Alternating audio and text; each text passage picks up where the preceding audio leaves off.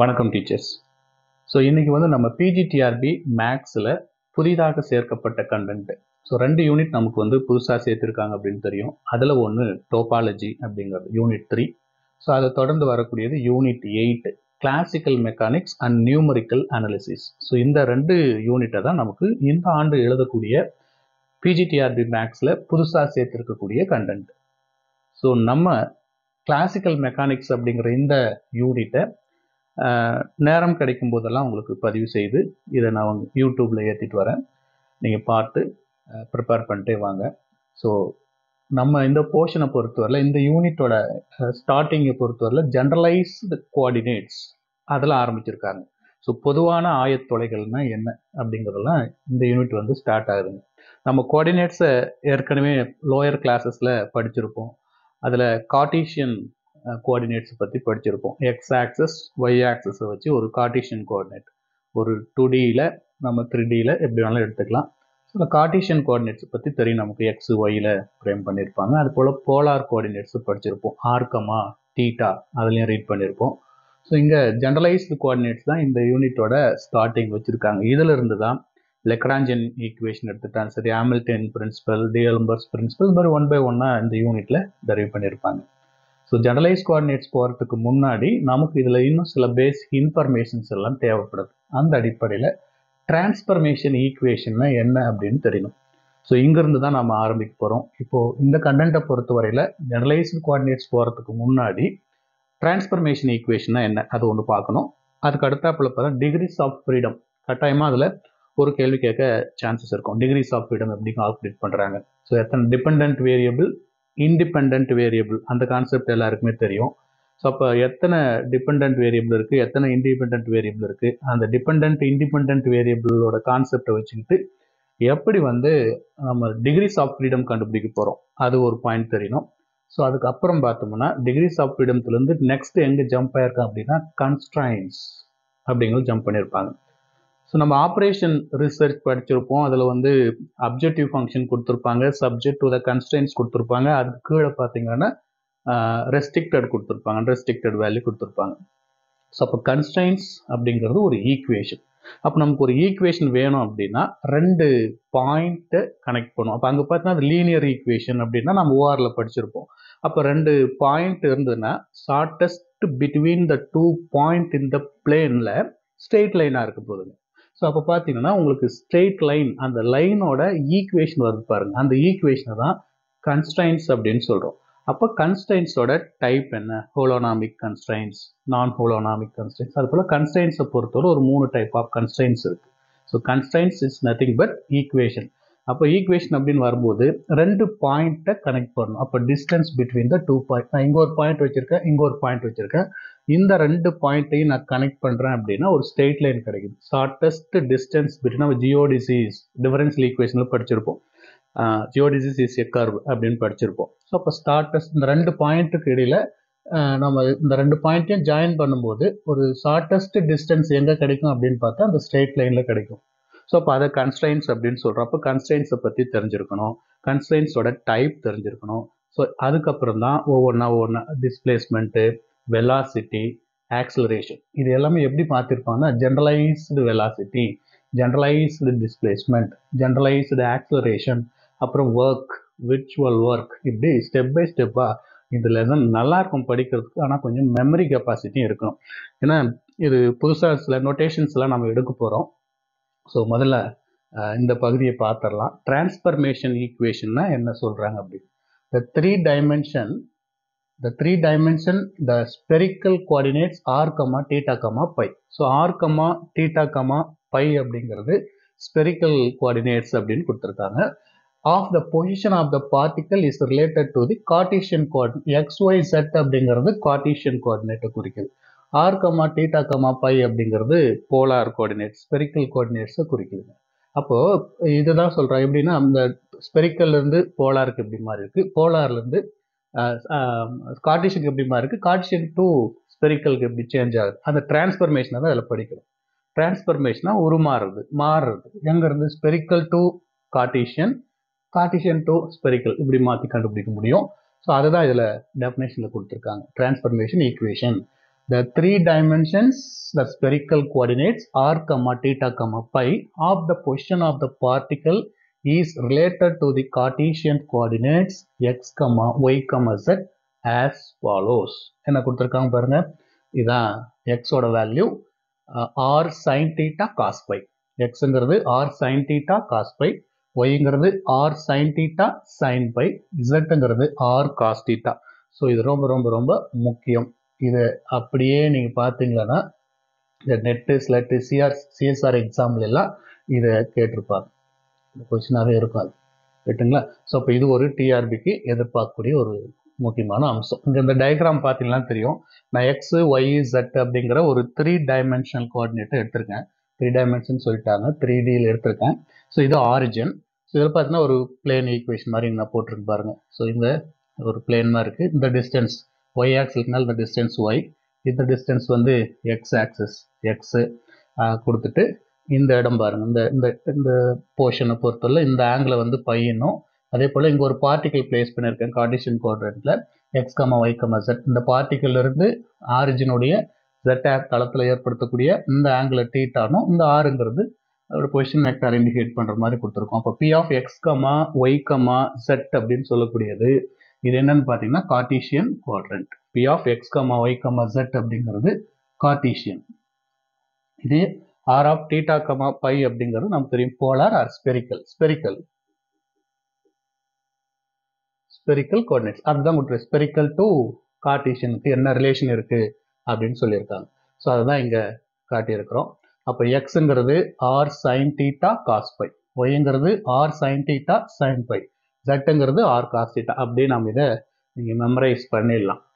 அப்படி இல்லைன்னா இதிலேருந்து நீங்கள் ஈக்குவலேட்டர் ரைட் ஆங்கிள் ட்ரையாங்கிள் எடுத்து வச்சு ஒன்று ஒன்றா கண்டுபிடிச்சி ப்ரூவ் பண்ணி கொண்டு வரணும் ரைட்டுங்களா. ஸோ இந்த லெசனை பொறுத்தவரையில் ரொம்ப ஈஸியாக தான் இருக்கும். சின்ன சின்ன கான்செப்ட் தான் இருக்கும். இதெல்லாம் மெமரி பண்ணுற மாதிரி இருக்கும். நீங்கள் மெக்கானிக்ஸ் அப்படின்னு சொல்லிட்டு கிளாசிக்கல் மெக்கானிக்ஸ்னு பார்த்துட்டு ஏற்கனவே நம்ம யூஜி லெவலில் படிச்சிருப்போம், ஸ்டாட் படிச்சிருக்கிறோம். அப்போ ஸ்டாட்டிஸ்டிக் அப்படிங்கிறது பார்த்தீங்கன்னா ஸ்டடி ஆஃப் ஆப்ஜெக்ட் இந்த ரெஸ்ட், ஓய்வில் இருக்கக்கூடிய ஒரு பொருளுடைய ஓய்வில் இருக்கக்கூடிய ஒரு பார்ட்டிகல் ஒரு ஆப்ஜெக்டை பற்றி படிக்கிறது தான் நிலையியல் அப்படின்னு நம்ம படிச்சிருப்போம். யூஜியில் அது நமக்கு இப்போ சிலபஸாக இருக்குது. ஆக்சுவலி யூஜியில் பார்த்தீங்கன்னா ஸ்டாட்டிக் டைனமிக்ஸ் ரெண்டுமே இருக்குங்க. அப்போ study of object at rest, அப்போ ரெஸ்ட்டில் இருக்கக்கூடிய ஒரு பொருளை பற்றி நம்ம படிக்கிறோம். நம்ம நிறைய லாஸ்லாம் படிச்சிருப்போம், இனர்ஷியா ரீட் பண்ணியிருப்போம். ஒரு பொருள் வந்து ஓய்வு இருக்குனாக்கில் தொடர்ந்து ஓய்வில் தான் இருக்கும், அல்லது ஒரு யூனிஃபார்ம் மோஷனில் போயிட்டு இருக்குன்னா தொடர்ந்து அதே ஸ்பீடில் தான் போகும். Unless the external force act upon the particle. So ஒரு விசை செயல்படாத வரை தொடர்ந்து ஓய்வில் இருக்கக்கூடிய பொருள் ஓய்வுலையும், சீரான நேர்கோட்டில் இயங்கக்கூடிய பொருள் நேர்கோட்டில் போயிட்டே தான் இருக்கும் அப்படின்னு படிச்சிருப்போம். ஸோ நம்ம இந்த ரெஸ்ட்டில் இருக்கக்கூடிய பொருளுடைய ஆப்ஜெக்டுடைய விஷயங்களை பற்றி படிக்கிறது ஸ்டாட்டிஸ்டிக் பார்த்துருப்போம். டைனமிக்ஸ் அப்படிங்கிறது study about the object the motion. அப்போ இயக்கத்தில் இருக்கக்கூடிய, அப்போ டைனமிக்கல் ஃபோர்ஸ் அதான் சொல்கிறோம். இயக்கத்தில் இருக்கக்கூடிய பொருட்களை பற்றி படிக்கிறது டைனமிக்ஸ். மெக்கானிக்ஸ் அப்படிங்கிறது என்னன்னு பாருங்க, அழகாக அங்கேயே கொடுத்துருக்கோம். இந்த இயல்புல நம்ம என்ன படிக்கிறோம், frame the equation of the motion. அப்போ அந்த ஒரு டைனமிக் மோஷன் இருக்குது, ஒரு பார்ட்டிகல் இந்த பார்ட்லேருந்து இங்கே மூவ் ஆகி போகுது அப்படின்னா அதனுடைய ஈக்குவேஷன், அதோட மோஷன் ஈக்குவேஷனை பற்றி படிக்கிறது. Frame the equation of motion and find its solution also. So அதோடைய ப்ராசஸ் நம்ம 2D 3D 4D இப்படி எக்ஸ்ட்ரா நிறைய என் டைமென்ஷன் வரைக்கும் நம்ம ரீட் பண்ணுறதுனால தான் அதை நம்ம காம்ப்ளிகேட்டடான ஒரு விஷயம். அந்த காம்ப்ளிகேட்டடை போக்குறதுக்கு தான் கிளாசிக்கல் மெக்கானிக்ஸில் லெக்ரான்ஜன் ஹெல்ப் பண்ணுறாரு, Hamilton principle, D'Alembert's principle, Euler's. So இது போல் அந்த காம்ப்ளிகேட்டடான சுச்சுவேஷனை ஹேண்டில் பண்ணுறதுக்கு தான் இந்த இதில் நம்ம கையில் எடுக்கிறோம். ஸோ அப்போ ஸ்டாட்டுங்கிறது study of the object the rest, அதே மாதிரி இப்போ டைனமிக்ஸுங்கிறது study of object at motion, மெக்கானிக்ஸுங்கிறது frame the equation of motion also find its the solution அப்படிங்கிறது இந்த பார்ட்டில் இருக்குது. ஸோ இது சார்ந்து தான் இது படிக்க போகிறோம். ஸோ அப்படி பார்க்கும்போது இது ஒரு முக்கியமான formula. From transformation equation from Cartesian to spherical to Cartesian வரும்போது இந்த ஈக்குவேஷன் ஞாபகம் வச்சுக்கணும். ஃபர்தராக இந்த சொல்யூஷன் நாங்கள் எடுக்க முடியும். அப்போ ஆர் வேணும் அப்படின்னா இந்த எக்ஸ் குவாட்ரண்ட்டு ஒய் ஜெட் அதை ஸ்கொயர் பண்ணி ரூட் எடுத்திங்கன்னா நமக்கு ஆர் கிடச்சிடும். ஸோ இதை நீங்கள் ஃப்ரீயாக இருக்கும்போது சால்வ் பண்ணி பாருங்கள். இது ரெண்டுத்துலேயும் காமன் டேர்ம் நம்மளால் எடுக்க முடியும். சைன்ஸ் ஸ்கொயர் காமனாக வெளியேற்றிங்கன்னா cos square by sine square பைன்னு வரும், அதோட வேல்யூ 1 ஆகும். ஸோ அப்போ எக்ஸ் ஸ்கொயர் ஒய் ஸ்கொயர் வரும். அடிஷ்னலாக ஜெட் ஸ்கொயர் உள்ள ஆட் பண்ணி காமன் டேர்ம்ஸ் வெளியேற்றினா இந்த சொல்யூஷன் வந்து ரீச் பண்ண முடியும். So r is equal to x square plus y square plus z square, அதுக்கு ரூட்டு. தீட்டாங்கிறது தான் argument value. tan inverse of root of x square plus y square அப்பான் z. நம்ம 2Dயில் படிச்சிருப்போம். 2Dயில் இந்த ஃபார்முலா யூஸ் பண்ணியிருப்போம் தீட்டாவுக்கு. tan inverse of y by x argument காம்ப்ளெக்ஸில் கூட ரீட் பண்ணியிருப்போம். ஸோ இது ஆர், இது தீட்டா பை. ஸோ இங்கே ஆர் இருக்குது, தீட்டா இருக்குது, பை இருக்குது. R comma theta comma pi இருக்குது. ஸோ இது கோஆர்டினேட். இதை தான் நம்ம அடுத்த கட்டமாக ஜென்ரலைஸ்டு கோஆர்டினேட்ஸ்க்கு எப்படி கன்வெர்ட் பண்ண போகிறோங்கிறத அடுத்த கிளாஸில் அதை பார்க்க போகிறோம். ஸோ இந்த ஏரியாவை நீங்கள் நல்லா ஞாபகம் வச்சுக்கணும். இது ரெண்டில் எது வேணாலும் டிஆர்பியில் கொஸ்டினாக வரலாம். So Cartesian to spherical to Cartesian வரும்போது இந்த ஃபார்மேட்டில் கொடுத்துருந்தாலும் ஆன்சர் சரிதான். இது இல்லாமல் ஆப்ஷனில் இந்த ஃபார்மேட் ஏதாவது ஏபிசிடி செட் பண்ணியிருந்தாலும் அதுவும் ஆன்சருக்கு எடுத்துக்கணும். ஸோ இதுவும் சரிதான், இதுவும் சரிதான். நெக்ஸ்ட் என்ன கொடுத்துருக்க பாருங்க. த relationship between the spherical and cartesian coordinate அதே தான் மறுபடியும் எழுதியிருக்கும். அப்போ இதில் ஆர் இருக்குது, தீட்டா இருக்குது, பை இருக்குது எக்ஸில், ஒயில் இருக்குது ஆறு தீட்டா பை இருக்குது, ஜெட்டில் ஆறு தீட்டா மட்டும் இன்வால்வ் ஆயிருக்கு. அதான் அங்கே எழுதியிருக்கும். ரைட்டுங்களா? The relationship between the spherical and cartesian coordinate x is equal to x of r comma theta comma phi, r comma theta comma phi, அது அப்படியே நீங்கள் போட்டுக்கலாம். அதே மாதிரி ஒய்லையும் r comma theta comma phi, ஜெட்லையும் ஆர் கமா தீட்டா இருக்குது. இதை தான் நம்ம ஆர் ஈக்குவல் டு இந்த position vector r equal to r of r theta comma phi. So இது ஒரு ஃபார்மேட்டு. இங்கேயும் ஏதாவது சான்ஸ் இருக்கலாம், லீட் எடுக்கலாம். ஜஸ்ட் இதை விட இது ரொம்ப முக்கியம் மேலே இருக்கிறது. நெக்ஸ்ட் பாருங்க. If the time variable is included. இப்போ டைமை இன்க்ளூட் பண்ணால் இந்த பார்ட்டிகளோடைய பொசிஷன் எப்படி மாறுதுன்னு பாருங்க. If the time variable is included then அந்த பார்ட்டிகளோட பொசிஷன் ஆஃப் த பார்ட்டிகல் இங்கே எழுதியிருக்கோம். R equal to r vector is equal to r of r comma theta comma phi. இங்கே டைம்ங்கிற டீ ஆட் பண்ணிக்கிறோம். சரிங்களா? டைம் இன்க்ளூட் ஆச்சுன்னா இங்கே டி வந்து இதை கூட நமக்கு கேள்வியில் வருதுங்க, பிற்பகுதியில் வருதுங்க. ஸோ எதிலெல்லாம் டைம் இன்க்ளூட் ஆகும், எதிலெல்லாம் டைம் இன்க்ளூட் ஆகாதுன்னு கேட்பாங்க. நம்ம கன்ஸ்ட்ரெயின்ஸ் வரும்போது இதை கொஞ்சம் டெப்த்தாக பார்ப்போம். டைம் இன்க்ளூடட் அப்படிங்கிற விஷயம் இண்டிபெண்ட் டிபெண்ட்ங்கிறதும் நமக்கு தேவைப்படக்கூடிய ஒரு concept. We may represent the coordinates by q1, q2, q3 having the relationship with the Cartesian coordinate. So அப்போ இந்த q1, q2, q3 அப்படிங்கிற இந்த குவாட்ரண்ட்டை கார்டீசியன் குவாட்ரண்ட்டோட ரெப்ரசென்ட் பண்ணி அந்த ரிலேஷன்ஷிப்பில் எழுதணும் அப்படின்னா எக்ஸ் எப்படி எழுதலாம், ஒய் எப்படி எழுதலாம், ஜெட் எழுதலாம். ஸோ எக்ஸுங்கிறது கார்டீசியன், ஒய்ங்கிறதும் கார்டீசியன், ஜெட்டுங்கிறதும் cartesian. X is a cartesian, y is cartesian, z is a cartesian quadrant. அந்த கார்டீசியன் குவாட்ரண்ட் கூட q1, q2, q3ங்கிற குவாட்ரண்ட் கூட வச்சு எழுதும்போது எப்படி எழுத முடியுதுன்னு பாருங்க. So X is equal to அப்படின்னு பாருங்க. we may represent the coordinate by q1, q2, q3 having the Cartesian quadrant. So X is equal to q1, q2, q3 time உள்ள இன்வால்வ் ஆயிடுச்சு. ஒய்ன்னு எழுதும்போது டைம் இன்வால்வ் ஆயிருக்கு. ஜெட்டுங்கிறது டைம் இன்வால்வ் பண்ணி எழுதியிருக்கிறோம். So அப்போ R வெக்டாருங்கிறது எப்படி வரும்? பொசிஷன் வெக்டார் ஆருங்கிறது r of q1, q2, q3 comma t அப்படின்னு வரும். சேம் திங் இதுதான். நொட்டேஷனுக்காக தான் நம்ம டிரான்ஸ்ஃபர்மேஷன் ஈக்குவேஷன் இந்த இடத்துல எடுத்திருக்கோம் அப்படிங்கிறத நீங்கள் நல்லா புரிஞ்சுக்காங்க. ஜென்ரலைஸ்டு குவாட்ரண்ட்லேருந்து தான் நம்மளோட கொஸ்டின் ஸ்டார்ட் ஆக போகுது, போர்ஷன் ஸ்டார்ட் ஆக போகுது. நான் ஜஸ்ட் ஒரு q1, q2, q3 மூணு குவாட்ரண்ட்டுக்கு மட்டும்தான் நான் எடுத்திருந்தேன். தட் மீன்ஸ் எக்ஸு, ஒய், ஜெட்டுங்கிற மூணு 3Dயில் பார்த்துருக்கோம். இதுவே உங்களுக்கு எக்ஸ்டெண்ட் ஆகி போச்சுன்னா ஃபார் எக்ஸாம்பிளுக்கு எக்ஸ்ஐ இங்கே வர x i comma y i comma z i in general இப்படி வருதுங்க. In general x i y i z i be the Cartesian quadrant. இது பார்த்தாவே தெரியுது நமக்கு இது வந்து Cartesian quadrant. Be the Cartesian quadrant of ith particle. Be the Cartesian quadrant of ith particle with the position vector Ri vector. Position vector ங்கிறது Ri vector. இங்க நான் எழுதுறேன் பாருங்க, இதெல்லாம் position vector. Rங்கிறது position vector 3D லெட்டர்னால. இப்போ நான் n dimensional வரையும் கொண்டு போயிட்டேன். xi, yi, zi. I varies from 1, 2, 3 etc. n substitute பண்ணிக்கலாம். ஸோ அப்படி கொடுத்தீங்கன்னா இந்த ஈக்குவேஷன் எப்படி டிரான்ஸ்ஃபார்ம் ஆகுது? then the transformation equation